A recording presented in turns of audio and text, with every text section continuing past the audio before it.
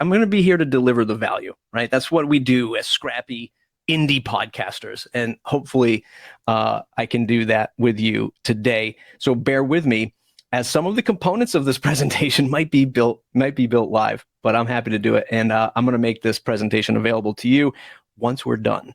You have any questions, you throw them in as we go, and I'm going to answer them at the end. I really want to get to the end for Q&A to just open it up and have you ask me some questions. Let me share my screen and we can get started.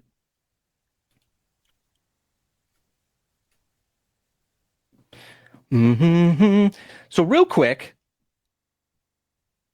you let me know in the chat, what level of podcaster are you? Brand new?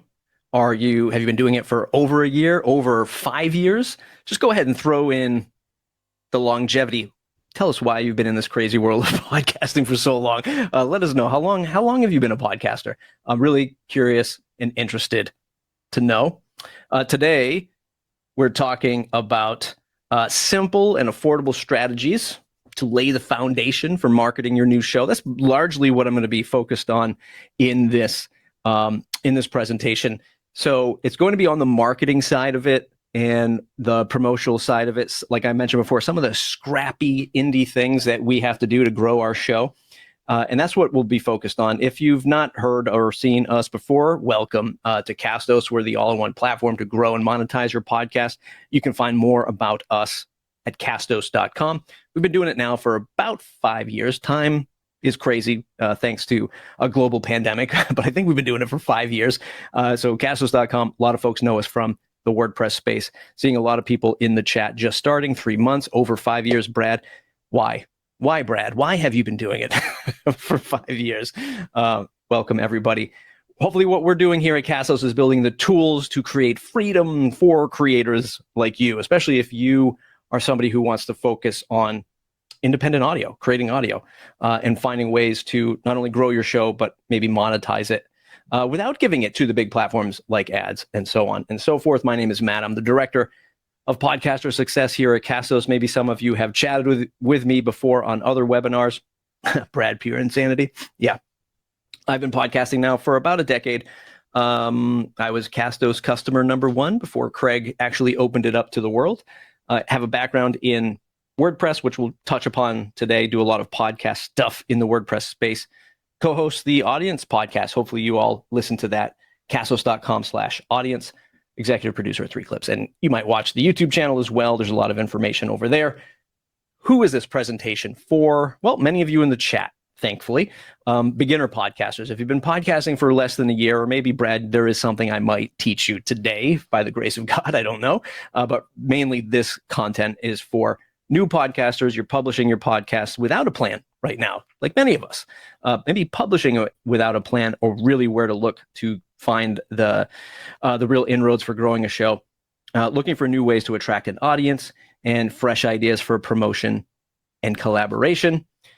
We've already said hi, but thank you everyone for joining and being on this little ride. As I said, this presentation we're going to build the plane as we're flying here, and I hope you all kind of enjoy this experience. Tips for your podcast website. That's where we're going to start today. We're going to take a look at what you might need on a website. We're going to talk a little bit about Castos stuff. We're going to talk about WordPress stuff, and there's a plugin called Elementor to help your WordPress website. We're not going to dive too deep into these areas. I'm going to give you the 50,000-foot view, but feel free to drop a question if you have them. Optimizing your podcast website, regardless of the platform. So it doesn't really matter, which platform you're on, whether you're using the Castos built-in websites, if you're our customer, or you have a full-blown WordPress website. Some things you really need to focus on these days is speed. Right? How fast do these websites load? I've seen a whole wide range of websites through my days. Of course, I come up from the WordPress side of things, but I've seen people have ultra lean websites. It's just text. There's not even a graphic on the page, and they load super fast, but they're not really engaging. All the way to the other side where people are loading up, full raw images of their cover art, or their photography, and it takes like 5 minutes to load a single post. You want to focus on speed as much as possible. There's a whole wide range of things, but the snappier we can get these podcasts loading, especially on mobile devices, especially if somebody's on just their cell phone service, you really want to think about that crucially, is how fast people load a website. A perfect example is not just your homepage, but your podcast page. We'll talk about this in a moment when we get to social media. When you're sharing your posts on social, hey, go listen to my podcast episode. Largely, people are sharing the link to that episode you just put on, Facebook, Twitter, LinkedIn, whatever, and they're going to hit play on your Castos player or whichever podcast hosting company you use. They're going to go hit play on that post. That page has to load quick. You can't be putting everything under the sun on that one page. You want to make it quick and lean. That's how you're going to capture people to, not just leave the page. Like, why am I waiting for this thing to load? Simplicity is also huge. I don't know if you've ever designed a website by committee before, where everybody wants their input on what size things should be and making sure all the departments get their fair share of above the fold, and things end up being far too complex. You want to keep things simple. And I know it's scary, but less is more. We've all heard that. You really want to focus on simplicity, which also sort of has parallels with speed. The less you have, hopefully the faster this website is loading and the quicker people can find things. Most importantly, especially for us podcasters, is the call to action. Subscribe, join our mailing list, buy our product, hit that donation button, join this community. You don't want all of that fluff to get in the way of your main call to action. And you might be saying, yes, I know this, Matt. This is obvious to me. What we want to do, especially early days, is you want to measure the success, hopefully, of your podcast. And it's not always rooted in the downloads, right? We're always not just looking for the download count to go up. Sure, yes, this is what we want. We all want more downloads. We want a larger audience. But what's the real value? Critically think, what's the real value of having a large audience? Can you have a smaller audience that has greater impact, more value? They're engaging with you. They're talking with you. They're buying your products, right? You want to focus on what that value is, and you want to make sure people can get to that clear call to action, like an email and subscribe, and measure that. I would say measure that before you even start measuring downloads, especially in the early days. Hey, we got a call to action. It's join my email newsletter, which I'll tell you why in a little bit. And that's what we might want to measure. What that's going to do is tell you where my most engaged listeners are. So if you're getting 100 downloads an episode, but you have 25 people signed up to your mailing list, hey, we can start to correlate and look at these ratios. 25% of my audience is engaged with me. They actually click that call to action. I verbally said it on a podcast and they signed up to a newsletter. That's awesome. That's value. And that's something that's much more, it's easier to measure over time. It gives you a bit of a confidence boost, especially if you're just starting out. So that's like real critical marketing stuff, call to action. Things we want as a podcaster, transcripts, right? Transcripts aren't just for accessibility, but it is a huge component of it, right? People who are hearing impaired or they're using screen readers to access your content, transcripts, very, very valuable and very important for that segmentation. But transcripts is going to, and what's today? Today is June 7th. You can all hold me to this. June 7th, 2022. Transcripts is going to change the game of podcasting discoverability and search within 6 months. Like transcripts and what people are doing with podcasting 2.0 and delivering transcripts through the podcast feed is going to open the floodgates of third-party app developers or third-party podcast directories to then get free data on your audio. So picture this in not too distant future, and you'll be able to do this with our WordPress plugin pretty soon. You'll be able to pipe the transcripts through to a podcast player, and those transcripts will appear in the podcast app. Great. That's awesome. Now people can scan through, let's say, your favorite podcast app that supports it, and they can scan through the transcripts as the words are as they're listening to the podcast. But eventually, third-party app developers, search engines, niche search engines for podcasting will be able to pick up on that keyword data. And it's already happening in some really fringe cases. Transcripts will change the game for search and discoverability for your podcast. So accessibility, show notes, it's all awesome. I think it'll be a game changer for discoverability and search in the future. If anybody's doing anything crazy with transcripts now, something that's really cutting edge, let me know. When it comes to building a website, you can just throw it in. I don't have a co-host today, so I can't run the surveys. Just throw it in the chat. What are you using right now to host your website? Is it WordPress? Is it Squarespace? Is it Wix? Is it Weebly? Is it something else? Let me know in the chat.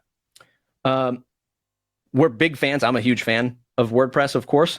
There's a learning curve, but it's powerful, right? You can do a lot with WordPress, especially if you're on a marketing team, especially if you're in a really competitive market and you really want to make money, e-commerce store, sponsorships, memberships. There's a lot you can do with WordPress. The caveat is, as much as I love it, it's not easy for the beginner. There's a lot you can do, but there is that learning curve. It's a phenomenal tool to build a platform. Versus a Castos website, or maybe your, whatever host you're on, they might have a podcast website that's included. Our websites are, free. There's a handful of themes, and we can look at this after the stream. There's a handful of themes you can pick from. It's going to give you just the necessary stuff you need: a landing page, a subscribe page, some customized links, customized colors, and the show episode. So you might have a podcast network. We support that, but you could have many shows or one show, and then all of your podcasts right there on the homepage. You can click in, listen to a podcast, and read the transcript and access the show notes, right? So there's this simple websites that you can get with Castos or other providers. And then there are tools that sit on top of WordPress, which we also support. There's a page building tool called Elementor. If this is the first time you're hearing of Elementor and you've been struggling with a WordPress website, give it a chance, give it a look. You can get the plugin for free. We have a couple of free templates that work with our plugin and Elementor to make nice little podcast landing pages. I plan on doing another webinar on that if there's a lot of interest for it. But to each his own on how you want to build your WordPress website. The point is to have a website with all of the things that I've just mentioned. We want speed. We want simplicity. We want to get people to our show, right?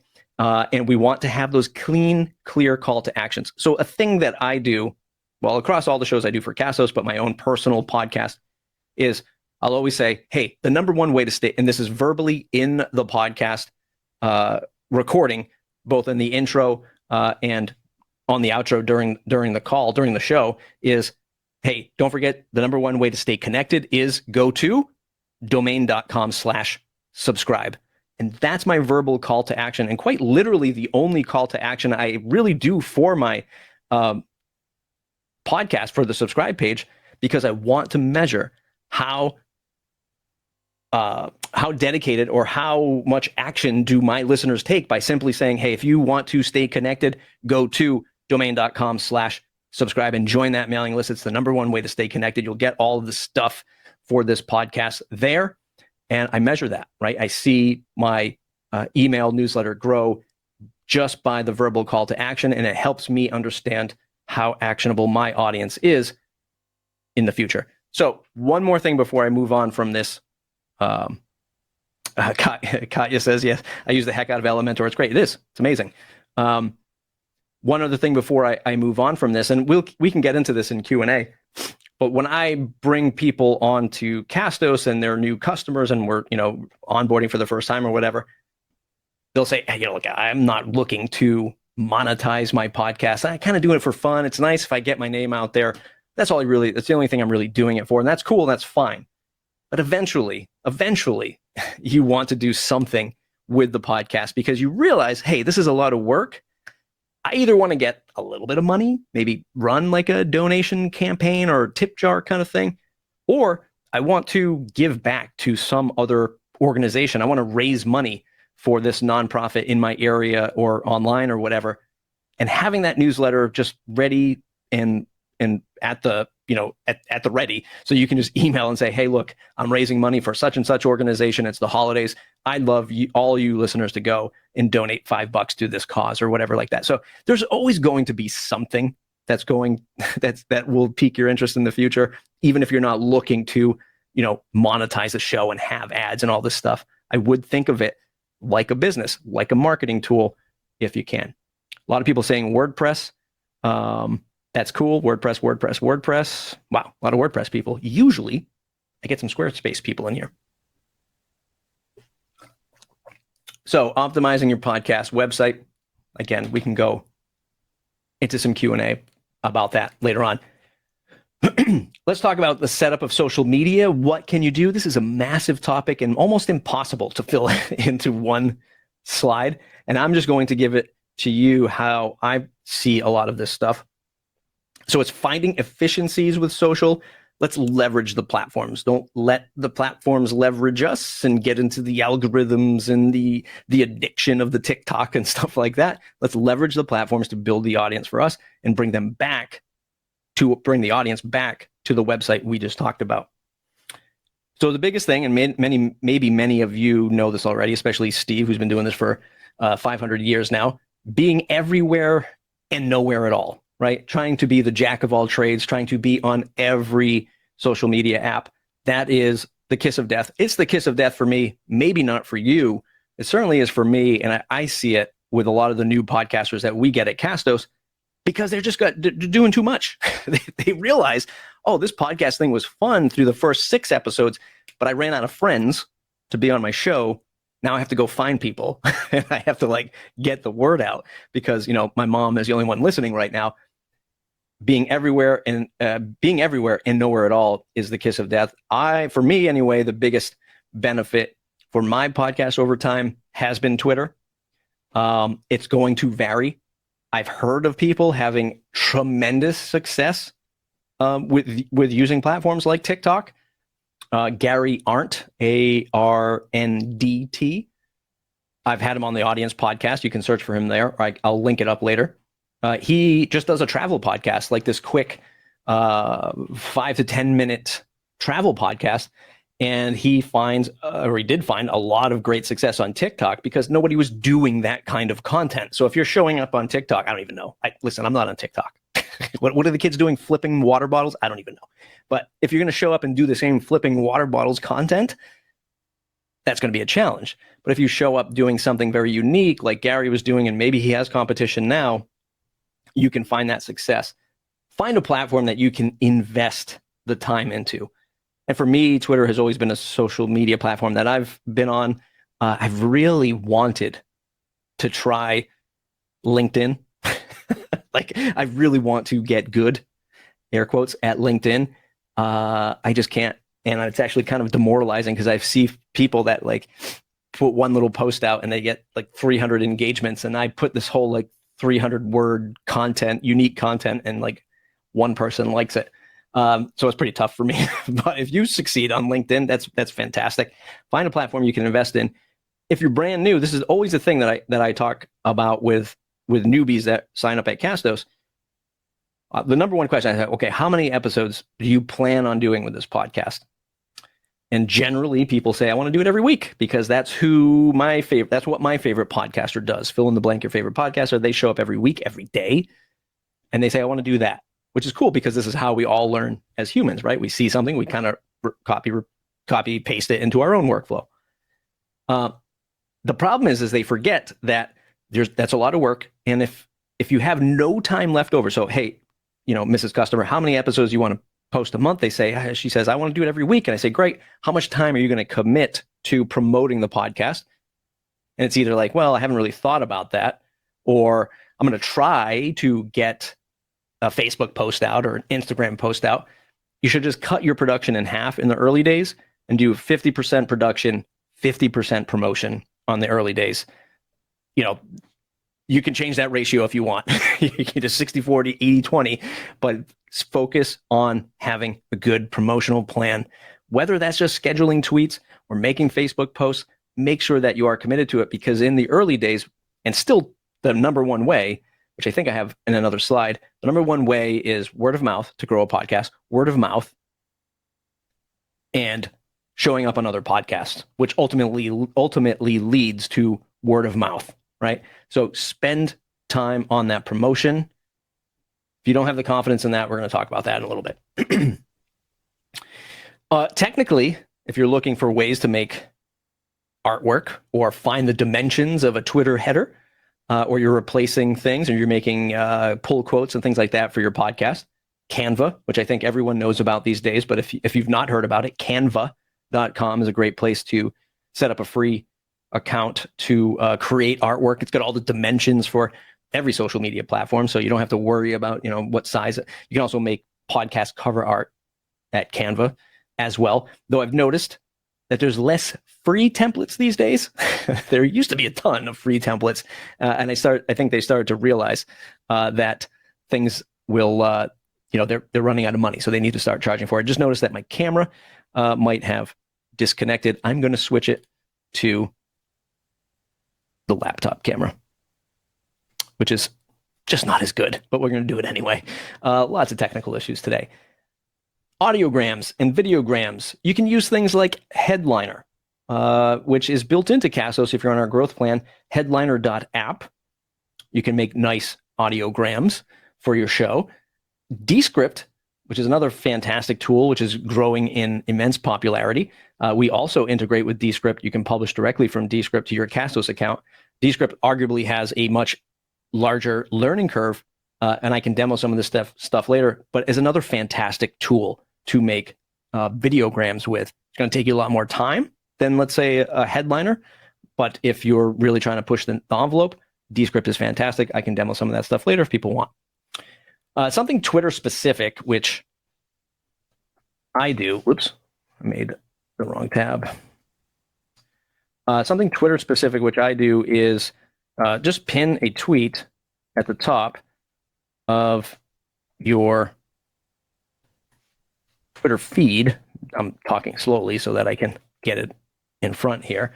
But one of the shows that I do, which is specific to WordPress, is I just pin this tweet, which when the show launched, which was April 2021. And hey, I just say, link to the website. You can go directly here, link to Apple and Spotify. I know there's other platforms, but in this time, there's only so many characters you can put in a tweet. So I'm only going to link up Apple and Spotify, and then a link directly to the RSS feed. And I just pin this to the top so that whenever anybody finds me, on Twitter, they know immediately, hey, I can just go get this. Sure, you can put it in the bio. You can use other stuff in the bio if you'd like. I always just make sure that's there, and you get that occasional retweet when it's pinned there. So it's also a nice little extra boost when somebody finds it to engage with you. So put your call to action, put your links, pin it to the top. I think almost every social media has like this pin feature, except maybe LinkedIn. LinkedIn, you can do like videos and stuff, but I would pin everything to the top so that way people engage with it right there. That's a Twitter specific thing, but I hope that helps. Creating a review funnel. This is where we get into building the plane as it flies. This is something that the team had put together before we had a little bit of a snafu. Creating a review funnel all the things, as I like to say. Should you be emailing? The question is, should you be emailing? Yes. How does that lead to funnels? We'll talk about that right now. I think newsletters should be a core component to your podcast. And a newsletter platform, like a ConvertKit, which Castos integrates with, like a MailerLite, which I'm also a fan of, or MailChimp, which a lot of folks use, which is now owned by Intuit. They all have some level of simple automations to follow up with your audience. So step one, I've already told you, hey, look, call to action, get an email newsletter, get people subscribed. It's a great way to measure the show. It's a great way to find people who take action, and a great way to do something with your audience in the future. But you can also set up simple automations to follow up with your audience. So get them reviewing your show when they sign up to the podcast. You could immediately have a follow-up email that goes out based on one of these platforms that says, hey, thanks for joining the newsletter. I'd love if you give me a review for my show, and then link them to either Apple or something like a Podchaser, which I thought I had a question. Oh yeah, decide where you want your reviews. I'll talk about that in a second. But you want to link them out to, let's say, Apple or Podchaser. Hold that thought though. set up a simple automation to do that.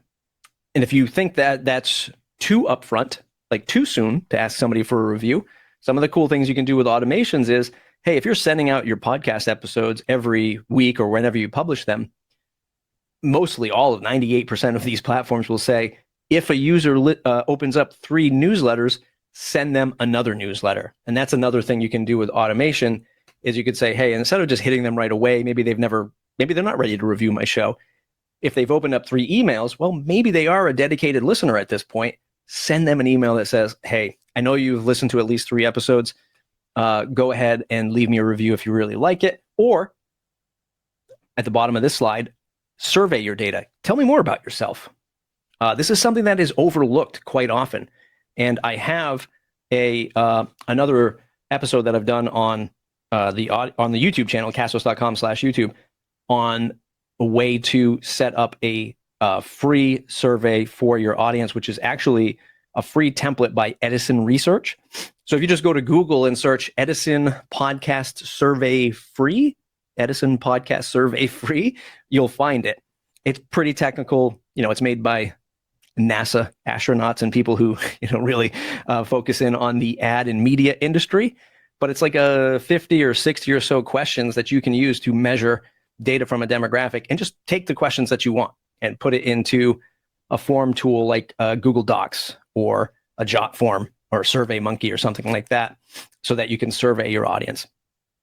Get that data, because if you ever want to sell ads, either directly or in an ad network, you know who your audience is. And it helps you create content. I mean, it just helps all around. The Apple versus Podchaser thing is interesting. Like, I know everyone looks at Apple as the crown jewel of the podcast industry, and they certainly ushered in podcasting much faster than any ham radio enthusiast would have done, 30 years ago. But they certainly dropped the ball over years. They're not really advancing podcasting to any degree. Sure, they help with that distribution, but look, the podcast industry is only a $2 billion industry, maybe, and Apple literally has that in the cushions of its couch. So they don't really focus on it. So you can push people to Apple reviews if you want. Podchaser does it as well. And I know with Podchaser, they have like a little embeddable widget you can use to put on your website, like we talked about earlier. Nice social proof. People enjoy the show, et cetera, et cetera. So maybe Podchaser is a platform you want to push people to reviews. I would even say send them to your own contact form on your website and say, hey, leave me a review. And before they hit save to send you that review, also check, I want to join your newsletter, right? And then you can just take that review and use it on your website or use it in your ad copy, or even mention it on the show. So, hey, you leave a review, and it's a great way to be like, hey, Brad sent me this. Brad said, your show's great. I'll buy you 2 beers when I see you at PodFest. Thanks for doing the show. And you give a little shout out to your listeners. So kind of fun, easy way. There's no real, one platform that should rule all of your user reviews, right? Another easy win, and this is something that I fail at, which is quite embarrassing, is ask the guests that have been on your show, especially if you're doing an interview show.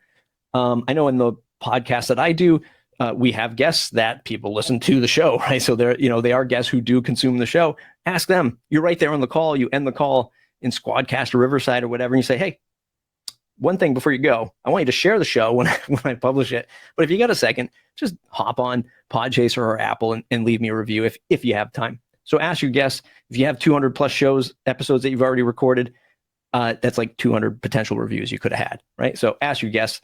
It's right there in front of you. So releasing the trailer episode, this is where we're going to kind of build this thing here as we fly. Let me just pull up my notes. The podcast episode trailer versus an episode 0 is what I should say. So start at 0. There's a concept of episode 0, and I'm just going to go and grab this, paste this in. I have notes, but they're just not in slide deck form, so I do apologize. So we're going to say episode 0, so we're going to say 0 versus trailer. So we have a lot of customers that come to us and they say, hey, I'm going to start a show. I want to create an account, but I'm not going to launch it until we make a trailer, right? And on our services side, they say, hey, yeah, we want to sign up. We want you to produce the podcast. We do all these things. can you make us a trailer? We say, yeah, absolutely. How many episodes have you recorded? And they say 0. Well, in the industry, a trailer episode is going to have a lot more creative poured into it. It's going to have segments from recorded content, or like B-roll in video, in the video world, as some of you might think of it as. It's more scripted. There's more sound design. It's just a lot more when you think of a trailer. So we have to just shift our mindset with a lot of customers that, hey, maybe you do have a back catalog of content that you've recorded and you've come to the table with 12 episodes. Okay, let's sit down. Let's get a pitch. Let's get a story arc. Let's get a nice collection of B-roll that we can pull out, and let's put this thing together. But if you don't have that, just shift your mindset. It doesn't have to be perfect. Start with what we call an episode 0, which is a lot more raw. There's less editing you have to do. And it's there to announce a new show or a season. Look, the first bullet point here is good. The good thing is there's no rules for podcasting. The bad thing is there's no rules for podcasting, right? So you need to do it where your strengths lie. And if you don't have the time, and you don't have the time to record a bunch of extra content and script it and write it out and do sound design or invest in that, just do an episode 0. Hey, this is episode 0. We're going to be launching soon. It's going to be an interview show all about how to do podcasting down in Kentucky. And we're just interviewing all of Kentuckians. I don't even know what the word is. So we're just going to interview these types of folks, and we're going to launch it out. Don't forget to subscribe to our newsletter at domain.com/subscribe. We'll see you in 2 weeks. And that's your episode 0. You can add more to it if you want, but that's how we look at it, as an episode 0, which is lighter, less editing. It's just announcing. It's more raw, versus a trailer episode, which is much more creative and has much more impact, but it's going to take more time, more investment. Okay. And then trailer episodes are cool because we're going to talk about something else in another slide when I create it. And then there's no episodes at all, right? So there's things that we've done before for customers, primarily who are launching internal podcasts or private podcasts for like their companies. And I know it's a little bit different because it's a company podcast, and people have to, air quotes, have to listen to the podcast, or they get fired. No, not that strict. But we'll have customers like host launch parties or watch parties, right? Where they're streaming the show internally, or they're letting the show, they're sending out a mass email to all their employees and they're listening to it. And there's nothing wrong. You can do this publicly as well. You can do live streams to YouTube. You can use a place like StreamYard is another fantastic tool. I'll put this in so I can share this slide deck later. StreamYard is a great way to do it. You have these watch parties, right? Or listen parties, because maybe it's just audio. But this is a great way to engage an audience, especially if you're launching for the first time, or your first podcast. And you can even play your whole episode. You do it as a live stream. You're chatting with people on YouTube chat or Facebook Live. And you're just having a good time with it, right? So you're just thinking of it differently. And we've done this with internal podcasts before. So live streams, watch parties, however you want to think about it. You can be creative. Remember, there's no rules for podcasting. I keep looking at the old camera. There's no rules for podcasting. The bad thing is there's no rules for podcasting, which is another challenge. Okay. So additional ways to get in front of your audience. So, hey, how does Matt create slide decks? We're going to say additional ways to promote all the things.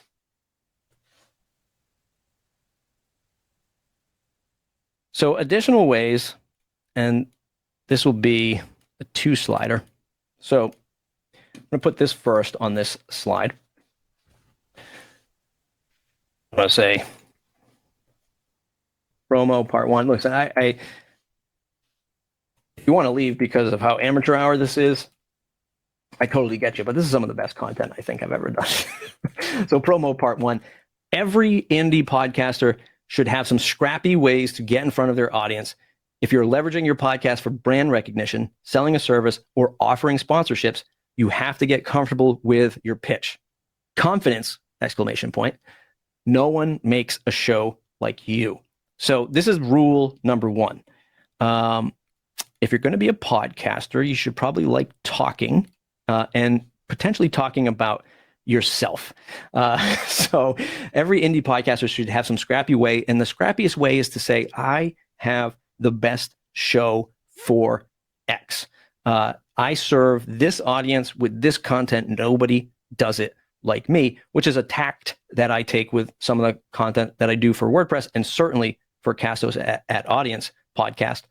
No one creates a show like us. No one creates a show like me.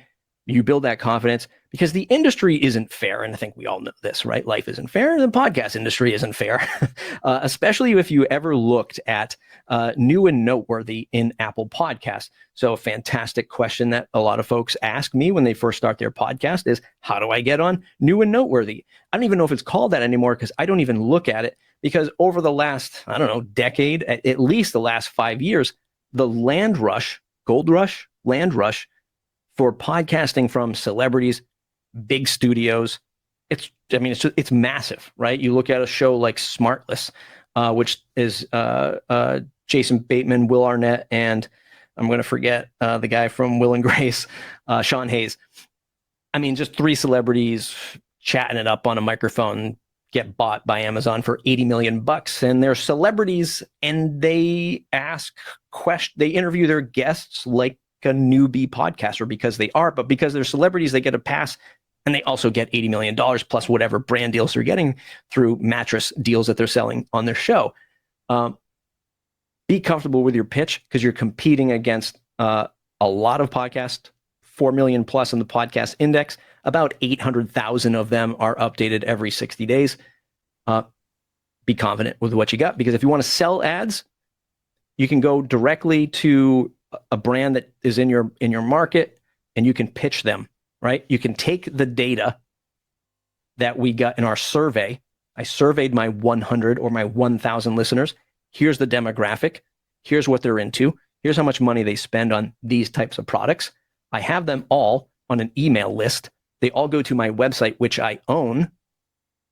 It's a valuable thing. You're bringing that audience to a brand and you're confident in what you're pitching, even if you're talking about gluten-free cupcakes in Arkansas, and you can move to that brand or that product that you're trying to get advertising for and sell it with confidence. Does that make sense? I hope that makes sense. It makes sense in my mind. I grew up selling cars though, so I'm a little bit different than most. Don't hate me for that. And then the next, if I can pull notes again.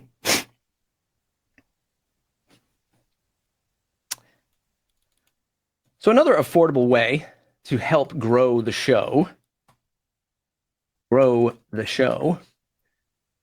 it often gets overlooked because we're all looking for that magic pill, no pun intended, is another affordable way is spending more time on the edit.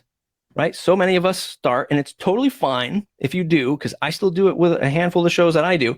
You hit record on Riverside, it's 45 minutes. You ship that 45 minutes to Castos, you publish your podcast, and you're done. The gold is in the edit. The money is in the edit. Nobody likes it because it takes time. Everybody wants to ship this thing because we're so busy. We want to do other things. But remember, pull back on the production schedule. If you can spend more time editing and promoting, it'll grow the show. It'll take time, but it'll grow the show. So it's like when you want to lose weight and you just want an app or a pill to solve it, but the real work is eating the broccoli. Put down the pizza and eat the broccoli. Editing your podcast is like eating the broccoli, but once you cut the fat from your podcast, you'll feel so much better, and you will get people who say, wow, what an amazing show this was. And if you're in a crowded space, like in B2B marketing for your product or your service, you want to take that edge away from your competition. And mostly people are just shipping the conversations that they're having. Spend time editing. And even if it's simple edits, now picture yourself like you ask a question with your guest and you're like, what a foolish question that was. So you just go back and cut it out. Like that doesn't have to be this. You're not creating an NPR show. You're not trying to win an award yet. We can do things with our own shows. No rules, remember. Go and edit that out. And even if you do a gentle sort of transition of audio, it's just a way to break up the conversation, a way to break up 3 segments. We create a show called 3 Clips at 3clipspodcast.com. It's a fantastic podcast that you should check out, 3clipspodcast.com. And it is literally, the format of the show is literally that. A quick monologue in the beginning. We introduce who our guest podcaster is, and then we dissect 3 clips from from their podcast. And those segments are just transitioned over with some sound and maybe some light duty script between it. But it's just taking 3 clips from somebody's show and we're talking to them about it. How did you build it? Why did you do this thing? And what was the outcome? And it's very easy. There are easy ways to edit and frame and format your show, and you'll get better over time. Don't put the pressure on yourself to do it straight away if you're a newbie, but just think about it a little bit more.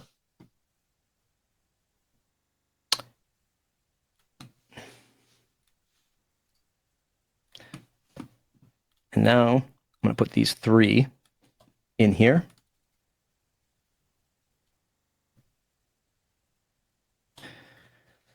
So other ways to do this, and whoops, I'm going to link this so that when I export this in a PDF and send it to you all, you'll have it.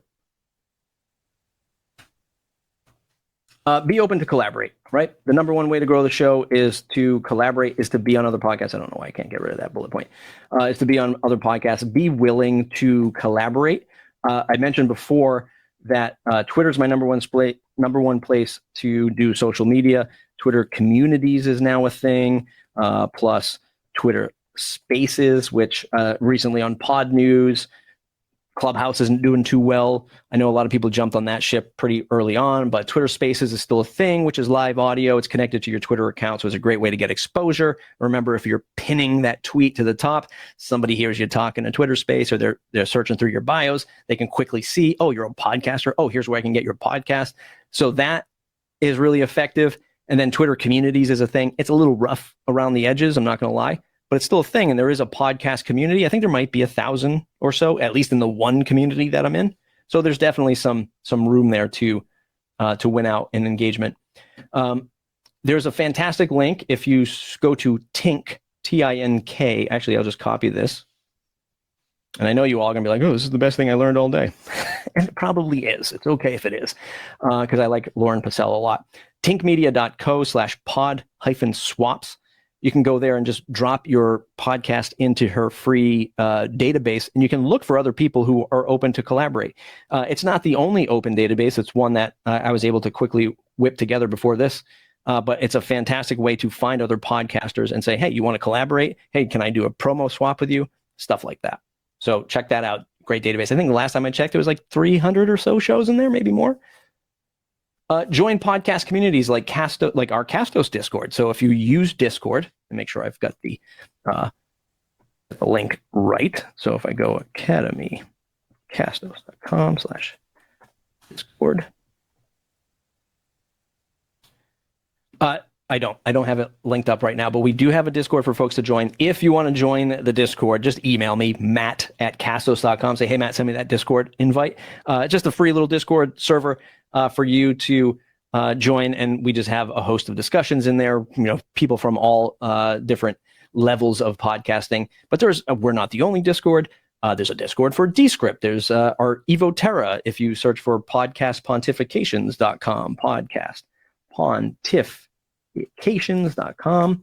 You can go there. He has a Discord server you can join with a few hundred people in it. Discord, the Descript channel has like 3,000 if you want to learn how to use Descript. Join these communities, largely free. Again, join the Castos one for free. Just email me, matt@castos.com, and I'll send you the link to that. Still, the number one way to get more listeners is to appear on more podcasts. So have a good pitch when you reach out to other podcasters. I like to do video pitches. So whenever I'm going after, well, anyone really, it's not even for somebody who's like a big get in the podcasting space. But if I'm going to invite somebody onto the show, I always use a video. I personally like Zip Message. My friend Brian runs that.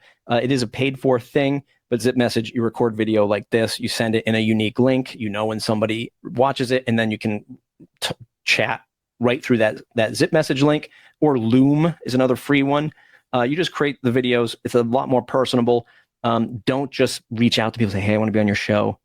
Because I'm sure Brad, if he's still here, has gotten hundreds of pitches to be on his show. And it's just like, oh, God, just another shallow pitch to leverage my audience. Yes, it's the number one way. A lot of podcasters know it, but spend some time being a lot more personable. Do some research on your guest. Talk to them in video and say, hey, I love this episode. Here's why I want to join, that kind of thing. I think Brad just said, yeah, hard to separate the wheat from the chaff. Yeah, and all the offers. Yes. So you want to be different. You want to be unique. And I think video is a fantastic way to do that. And I'm going to give you one last call to action. And this is how we get paid. This is how we get paid.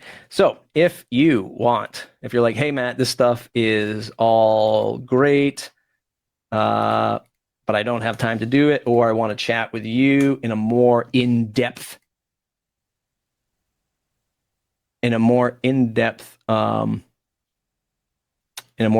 way, we have at castos.com/services. Go there, castos.com/services, our express launch. You can chat with me. For $199, we'll go through and fill out this whole workbook, going deeper into these call to actions. And, we'll talk about things like setting up the show. How should you format it? Let's go deep on getting attention, interest, and monetization.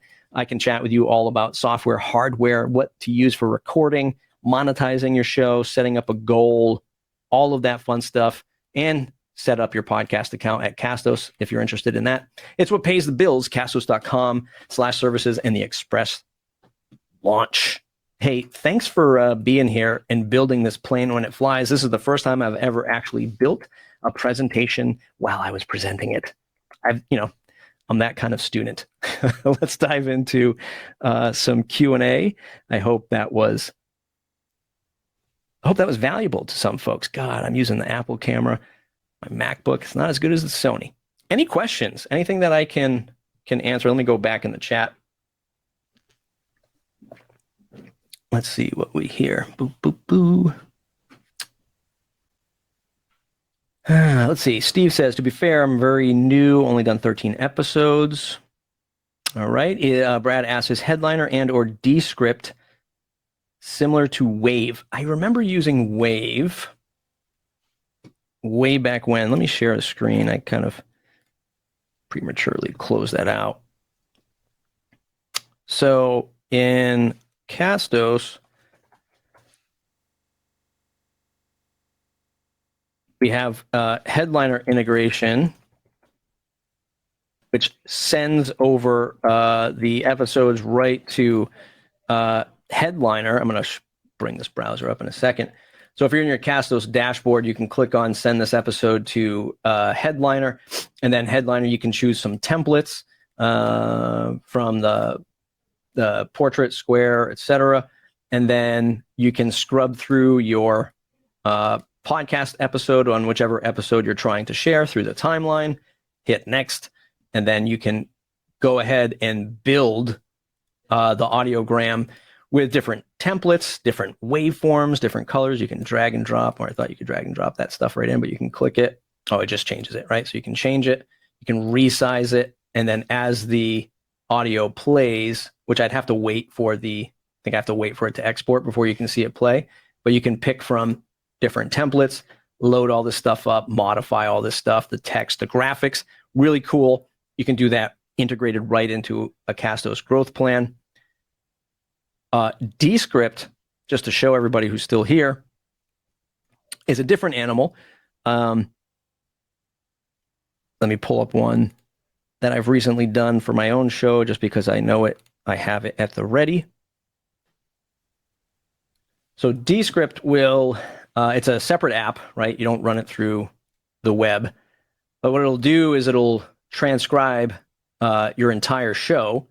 So when you're editing a show, not just creating audiograms, but if you wanted to use it for editing, like I recently edited one of my podcasts here, you can see right here, like I have this ad marker. I can just put in my ad track there for the sponsor. But instead of editing waveforms down here, I'm literally editing the words. So if I'm editing out audio, I can just highlight this paragraph and literally delete it. That'll take it away from the actual audio. Now, experienced audio engineers are throwing their laptop right now. I get it. It's not for, somebody who's, a high audio engineer, but it's great for transcripts, great for scripting. And then you can build these audiograms like I did here, where you can drag and drop your own graphics into. And then as it plays, you'll see on the right-hand side, I know it might be a little tough in the share screen, but I can kind of play with this and create my own graphics. I can change the colors, the fonts. I can bring in my own graphics, transitions, all of this stuff. So it's almost like using a video editing tool. So it's pretty advanced. And then you can publish your podcast right to Castos.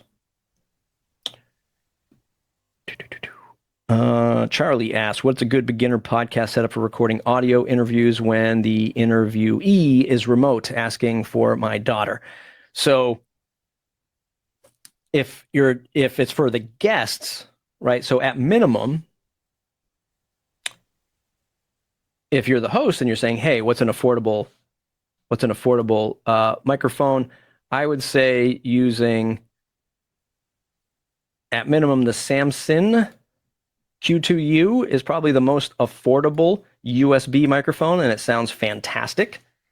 The last thing you want your guest to use is their AirPods, their Apple AirPods, or their earbuds, which have the microphone in line. That's the hardest thing, right? Is when they're using those. I would say you would even get even better microphone sound quality out of the laptop microphone than you would certainly the AirPods. But maybe with the one that with the inline mic, if they could hold it up, because the last thing you want somebody to do is have that microphone rubbing on their shirt, causes a lot of static, a lot of feedback. But from, hey, somebody's going to go buy a microphone, Samson Q2U is probably the most popular, best sounding, best value microphone. Anywhere between $70 and $90, plugs into USB. Hope that answers the question. Bill, should the website host each podcast episode directly, or can we have a podcast page that directs people to 4 or 5 platforms? The guy designing our website on Squarespace has somehow made it difficult, time-consuming to add each episode.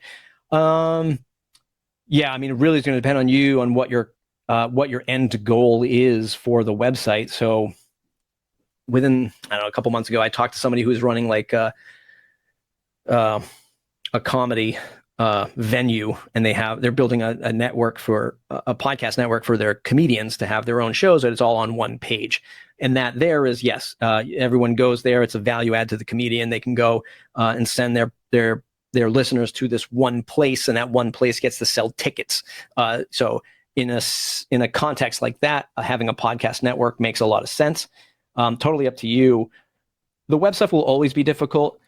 WordPress is a great solution for it, though you'll have the same complexities in the beginning. You need to kind of learn how to organize the content. We do make it easy with our Seriously Simple Podcasting plugin. You can upload those episodes to each page, so that might save you some time. It automatically puts the website or the podcast episode there. I think I have, let's say, Castos Podcast Network. I believe I did a video on this.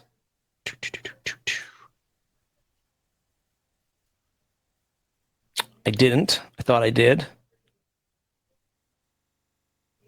Boom. Right here. I'll drop this in the chat. So I did a video on that on our YouTube channel. Hope you're still here. Hope that answers the question. Thinking about organizing the content, embedding the player, good structure. It's actually more about like who built it to think about organizing the content and making it easier for you, because yeah, it can be a pain in the butt. Bill asked, sample of good trailer episode. I mean, I don't have one off the top of my head. I would say that if you went into any of the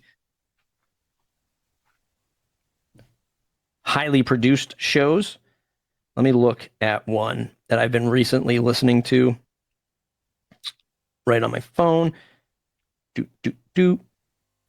It is called,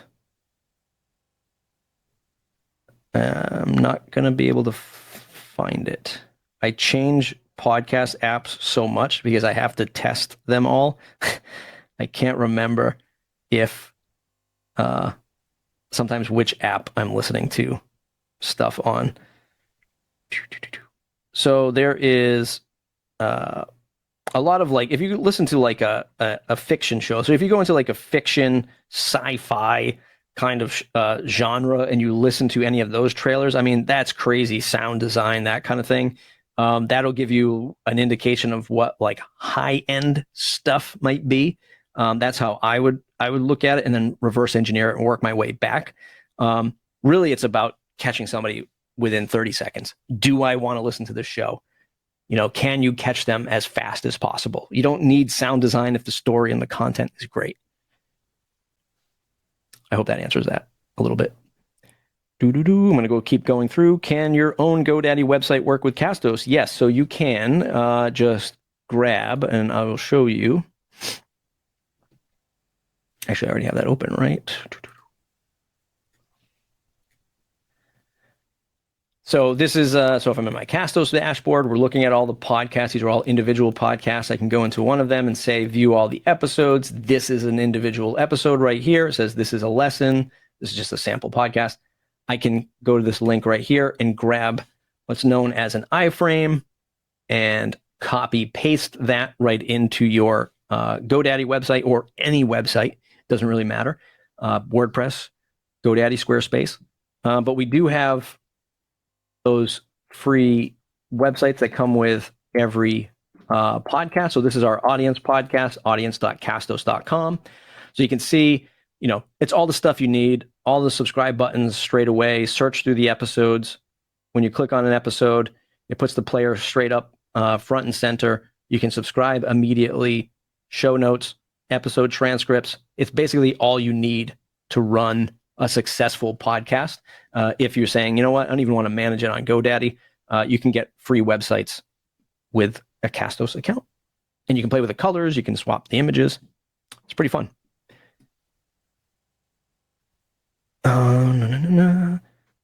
Natalie asks, what is your advice for someone who's just starting a podcast? Thanks. Have a goal. I know everyone's like, ugh. Everyone says that, have a goal. I would have a goal, something that you can measure. Definitely start an email list and get people onto an email list. That's the number one advice. Technically, from a measurement and a goal perspective, and something you want to look at you're striving to. And then from there, build content that you love, right? Everyone talks about there's all this pressure. You gotta make a great show, sound design, best microphone, invest all thousands of dollars of hardware. Do what you love first and figure it out as you go. Have this pursuit. I think I'm stealing a tagline from Mercedes. Have this pursuit of excellence where you want to get better with every show, even if it's 1%. You just care about it. You care about the content you're creating. It's satisfying you creatively. And it's, you feel like you're making an impact on the world. That's how I would look at it from the mindset. But from the technical side, spend $50 on a good microphone and then have a newsletter for sure. Let's see. Charlie says, to record the interview side of an interview, would you record on the host end with software and or have interviews record their side with something like Audacity? Charlie, I would do it depending on what your budget is. If there is no budget, use Zoom for free. But Zoom is not the best for audio quality. I mean, it's good, but it's not built for podcasters. And if you have budget, I would invest. I think I saw some people say things like Riverside. Riverside's good. Squadcast is one. That's not the right one. I was going to say that's right. Is it squadcast.fm? Yeah. Squadcast is just like the platform we're using now. You connect over the internet, up to 2 or up to 4 or 8 people. I forget. Depends on what plan you're on. And let me pull up the pricing. So for $10 a month, you can do 2 hours of recording up to 4 people, and then their $20 a month plan, you can do up to 5 hours of audio recording 4 people. And this is going to record everyone's tracks individually. It'll join them all together. This is built for podcasting. So Squadcast, Riverside, Zencaster are the 3 top ones.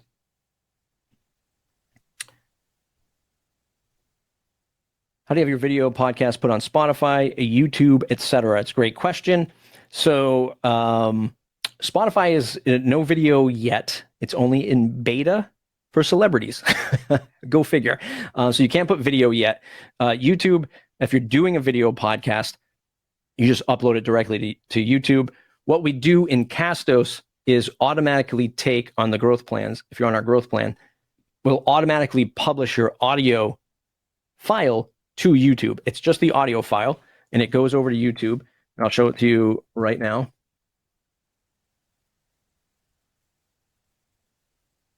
As people peer into my terrible typing abilities, videos.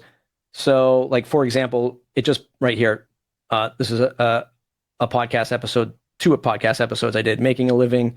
I listened to 3 hours of Tim Ferriss, so you don't have to. Like these 4 right here, just all the ones with the audience, the static audience image that you see here is just taking the cover art from our podcast and putting it on YouTube, and it's just the audio, but you can play it on YouTube.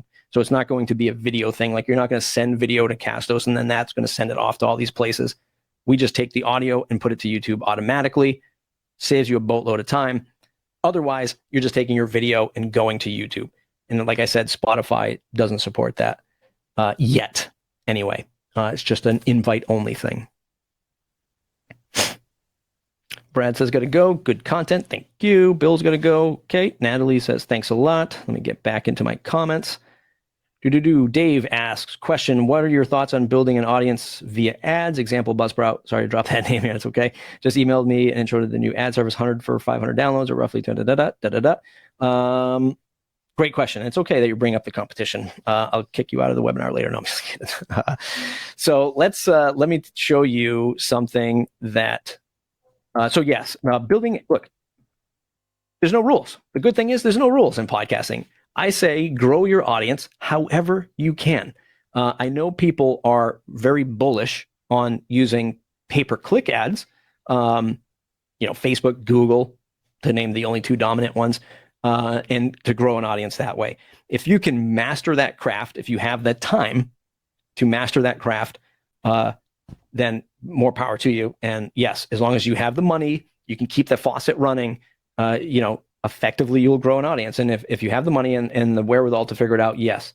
On the Buzzsprout side, they have an interesting thing where they have the ads and they'll share, pull that I can't show you. They'll pull recommended audience in, but they do have these minimum requirements. I came armed to go against the competition. So, because yes, of course, I have a test account at Buzzsprout. So you need at least 5 published episodes, 1,000 downloads in the last 30 days. The episode length has to be at least 23 minutes long, right? So as long as you meet those caveats, yes, you can opt into the advertising plan. I don't know how they will allow you as the creator to show up on other podcasts. I suspect this is going to take a while for them to build out and fine tune. Yeah, I say go for it if that's something that is interesting to you. I just don't know what kind of control they have over it. And I don't know, obviously your podcast would have to meet the minimum threshold of the 30 days. But let me just make sure I get it right. Ad service for $100 for the 500 downloads, or roughly. Oh, I see. They're saying you can pay them $100 for the 500 downloads, roughly 2 cents a download. I know it sounds odd. Any experience? Yeah. So again, it would go back to how good you are at crafting that ad. I assume, they'll take your audio, and I would assume they also listen to the audio before it goes out. If you can make a good audio and it works, I say go for it. Cool. I think that's all the questions answered. Thanks, everybody. This is the first time I've had to build a presentation live, so I really appreciate it. I am going to drop this into the chat. I think I can do this. For those of you still here, I will export this keynote if you want it. In PDF. Keynote, one of the most underrated apps. I use it for a lot of stuff.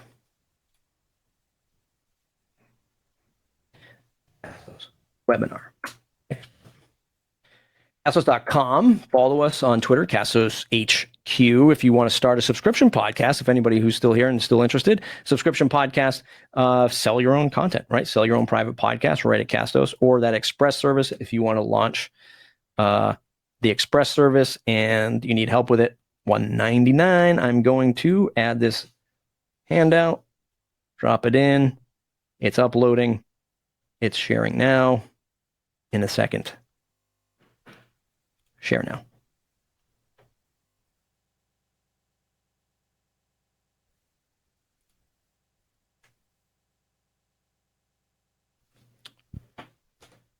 If you want to be, if you want the Discord invite, just send me an email because I don't have the link. Actually,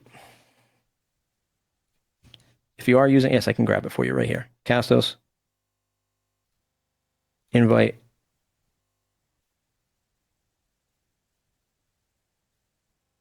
Copy. So those of you still here, you can join the Discord. Boom. Totally free, and we can chat it up. All right, everybody.